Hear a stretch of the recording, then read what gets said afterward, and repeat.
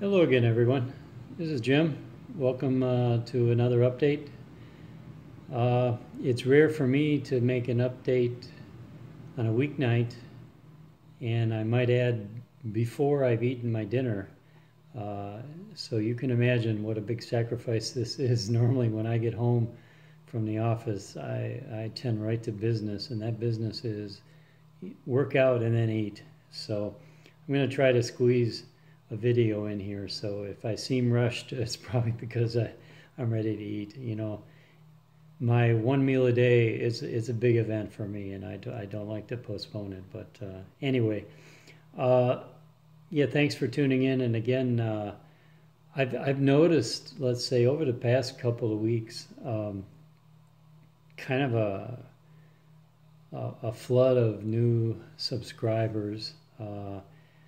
And maybe I don't know why that is.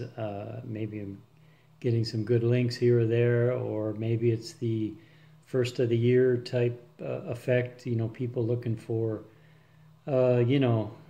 ideas on dieting and losing weight, and so maybe that's getting some attention. But in either case, I just want to welcome newcomers and new folks, new subscribers. Hopefully you'll take the time to watch. If you're in it for the weight loss, I put a lot of detail into the first videos. You might want to watch those for all the details. Anyway, thanks to everyone. Today's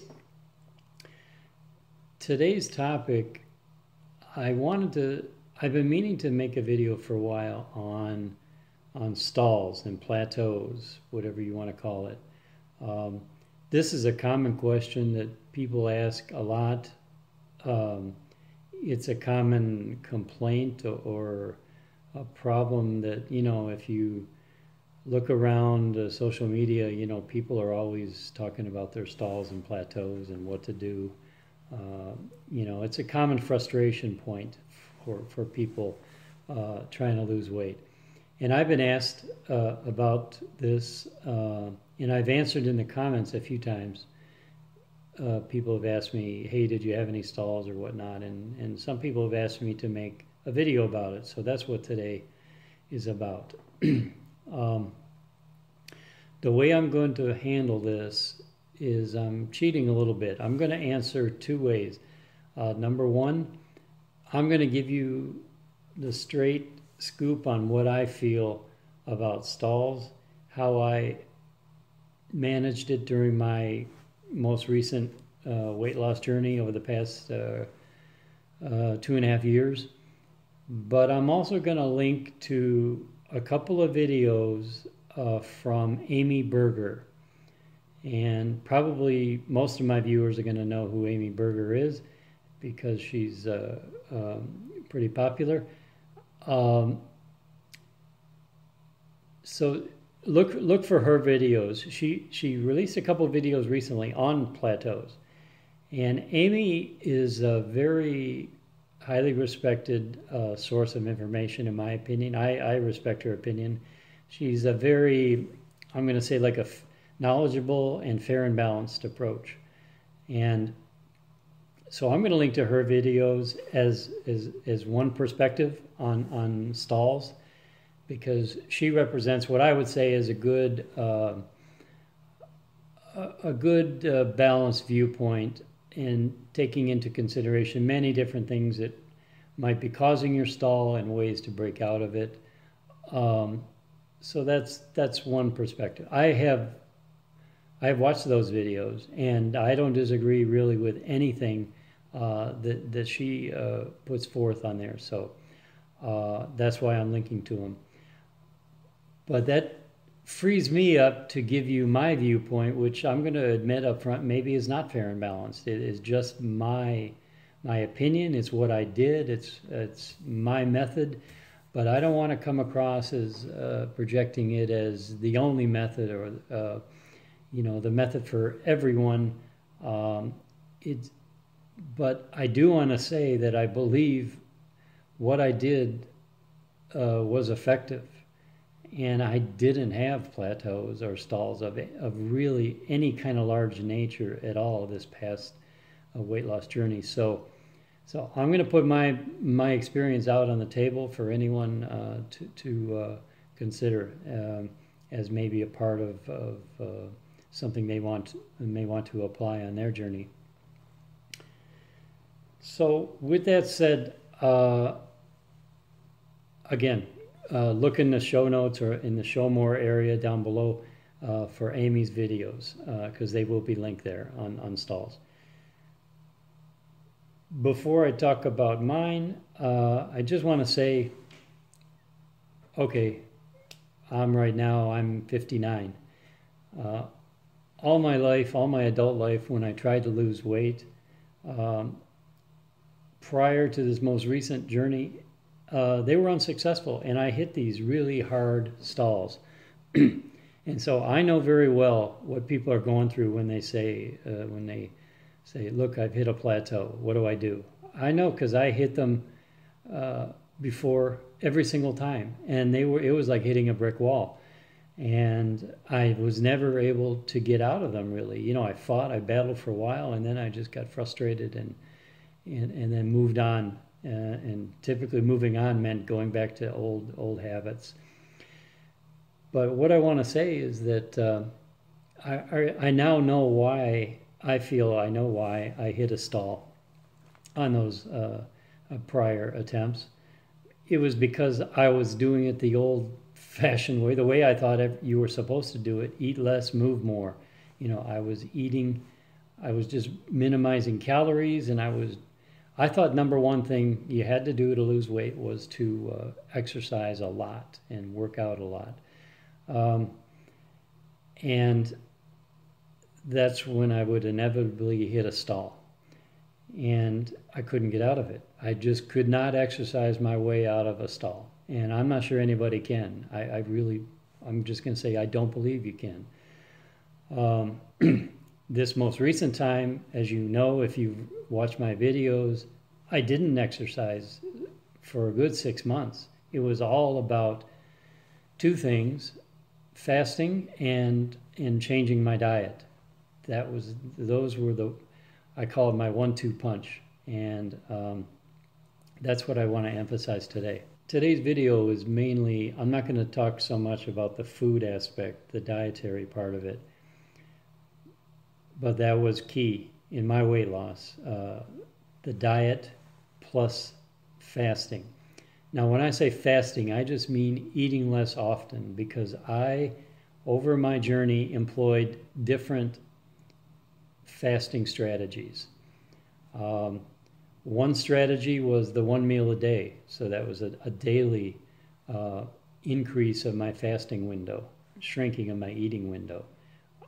For the last 2.5 years, almost 2.5 years, I've been eating 1 meal a day. So I've been a daily intermittent faster.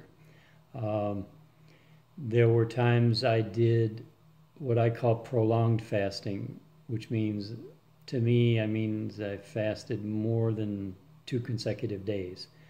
I did that, I think, on 4 occasions, from anywhere from 4 days to 14 days. I did a 14-day fast right in the beginning of this whole process. And then I went through a period of maybe roughly a couple of months where I did kind of a weekly fasting schedule. I did my OMAD every day, but then I did either a 1 or 2 day fast right in the week. Sometimes I did a 2 one-day fast, not back to back, and then other times I did a 2-day fast back to back. So it actually equals out to about 3 days without eating. So I mixed it up, but what I'm trying to point out is that, and what maybe I don't stress enough, is why I think I was so successful at losing weight, losing it rather fast, and not hitting this dreaded plateau, which I always did in the past and which many people do, is because I was combining the diet plus fasting. The changes in diet, okay, and fasting together just wiped out my condition, and it caused me to be able to lose weight consistently. I reached my goal basically after 13 months. Okay, so with that said, I don't want to repeat a lot of what I've already talked about in the past, so I'm going to refer you to one of my videos down below. I'm going to link to it or refer to it, and it's a video I called Review of My Prolonged Fasts. So if you pull that up, if you look at it, if you want, I go into detail in there on why I think prolonged fasting broke through plateaus for me. If you bring up that video and go to the 7 minutes 40 seconds into that video, shows a little recap of what I call fast number 3, and that had a little plateau. I thought I was plateauing there, and I was not patient with the plateau. In Amy's video, she talks about having patience, and I advocate people have patience. I will freely admit I was not patient. I sort of had this weight slowdown. I think maybe in 3 weeks I lost like 3 pounds. Now that's still awesome, honestly, and I didn't need to jump the gun and be impatient, but I think I was conditioned from prior failures at weight loss, and by hitting hard plateaus in the past, I didn't want this time to stop at that point. I didn't want to fail this time, so I pushed on harder, and I wasn't patient. I didn't wait to see what happened. I pushed on, and you'll see in this video that I'm talking about, by pushing on, when I saw this little plateau, I did a longer fast right then. I did an 11-day fast. So if you watch that video, again, at the 9 minutes and 20-second mark, I review fast number 3 in detail. I break it down. I went to a lot of detail on this video in the fasting, but so like I said, I don't want to repeat all of that here to keep this video a little shorter, but if you really want to know why I think fasting helped me break through plateaus, that's it. I did a combination of 1 meal a day. I did sometimes these longer fasts, and I did sometimes a weekly fasting schedule. And that to me is why I think I didn't have plateaus. And when I felt I was plateauing a little bit, I went for a longer fast. And sure enough, it broke the plateau and increased my weight loss. So I'm going to say my plateau busting method, my secret, is to fast my way right through it and break the door down. Now, like I said, I don't know if that's advisable for everybody, and maybe everybody can't do it, but that's what I did, and it worked. The other point I want to say is at some point during my journey, and I've mentioned this before, in addition to fasting, I started bringing on running and exercise. In addition to the fasting, combined with the fasting. So it was dietary change, plus the fasting strategies, plus now I added exercise. And that exercise, I believe, I did exercise while fasted. And I believe that was another tool to help me break down barriers, because I think that pushed my body past any sense of making a set point or getting comfortable. The body seems to want to kind of reach a stasis, and it tries to maintain it based on the inputs that you give it and habits that you create over long periods of time. Well, I wanted to make sure that my body I wanted to keep sending reminders that, we're not going to be comfortable here or here or here. We've got a different destination. So I kept pushing on not only the fasting. I didn't really push on the food. I didn't do too much food restriction. I had my one meal a day, but I ate plenty of that meal. My only food restriction was via fasting. But at one point I added the exercise, and I found that there was a whole new realm of exercising while fasted. It seems like at first I thought, can you do that? Then I found out, yeah, you can do it. At first it seemed like, well, I noticed that I couldn't run as hard when I was fasted. Then I found out during this, I mentioned earlier, fast number 3 was an 11-day fast. I jogged every single day of that fast intentionally because I wanted to, let's say, move the ball forward, push the envelope, and see what I could do. Can you exercise while fasting? And indeed, I found I could. Although there was a limit, I couldn't run really hard at all. But I could do up to a certain threshold. Above that was impossible. I would get knocked right back down if I went too hard. But every single day I went out and jogged it. Minimum jogged. I went as hard as I could. Once I felt, well, no, I can't go any further, then I backed off. But I'll just say that I've maintained, I do now all my exercise. I continue to run, and I do it always at the end of the day when I'm fully 23 hours fasted. And I can do so much faster and harder now. It's routine and preferred. I mean, I can't say enough about fasted exercise. It's great. And I couldn't even imagine exercising after a meal, or let's say even 3 or 4 hours after a meal. Like if I were to eat lunch and then try to come home and do a run, it would be uncomfortable. I've tried it one time. Just happened to be that I ate early and then came home and tried to run afterwards. It was very unpleasant. Fasted exercise is great, and I believe, this is my thought, I can't prove this, I can't back it up with a study or whatever, but I believe it has really honed my my metabolic fat burning flexibility and my ability to be a fat burner. And like I said, this is just what it feels to me. I can't back that up other than I have no problem going real hard, running real long, or running real hard, fully fasted. Anyway, I couldn't do that in the beginning.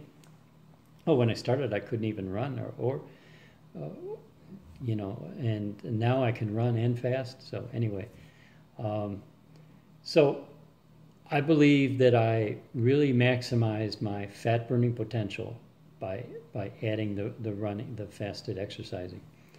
So that's the second, or maybe the third point that I want to add. Why I think I was successful at breaking plateaus and reaching my weight loss goals is because I added all 3 of those things.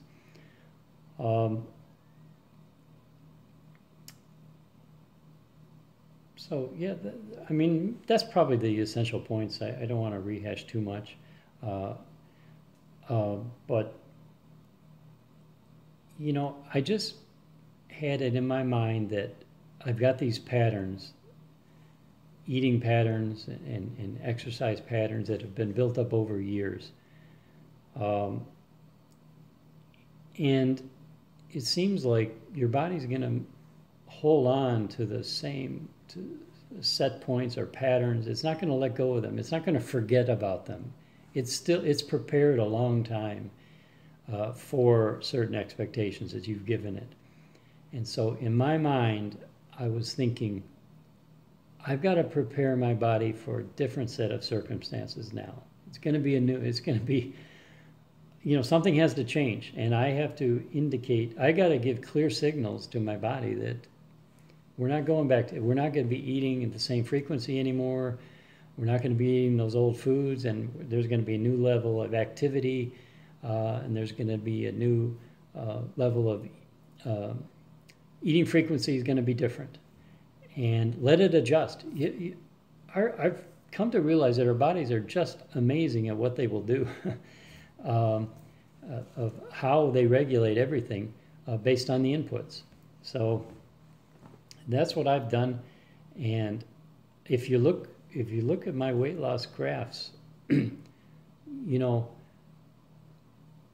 everybody has stall. Everywhere you look, people are talking about stalls, and they hit stalls and plateaus and get frustrated. And I know what that is. And what I'm trying to say is that I didn't have that this time. So maybe there's something to be learned by the way I lost weight this time, and that other people can use. So that's the end of today's video. I think I'm getting now very repetitive, but you've got my viewpoint today. You've got my prior video review of my prolonged fasts. If you take the time and watch that, I think I go into a lot of detail there, but you'll get the point, and you'll see how it was slowing down and then it sped up, revolving around the prolonged fast. And like I said, the other perspective, which I think is also valuable, especially for anybody new or that wants another, maybe wants to think a little bit past my particular experience, check out those Amy Berger videos on stalls, because they are good. And I respect her opinion. She's one to pay attention to, and not she's not an agenda-driven person, and not trying to steer you into one thing or another, or sell you something. She's just a good straight shooter. So I'll leave it at that, and now I want to get to my dinner, because it's that time. Thanks everyone. Thank you for all my viewers, and I get a lot out of this. I can't believe, just driving home today, I saw a comment from somebody from a new subscriber and a new commenter from South Africa, and that blows me away that I can make a video and people can see it around the world and be inspired and provide feedback. I love that aspect, that I can reach a few people, actually more than a few people now. The subscribers, I think I'm pushing 1,700 or over 1,700, so that's great. Thank you to all subscribers, whether you're new or old or commenters. I appreciate it. For now, I'm going to sign off and leave it at that. I hope you're all having a great day. If I've glossed over something, if I went too fast in my haste to get to dinner, leave me a comment and I'll be glad to answer it. Until next time, Jim signing off. Take care, everyone.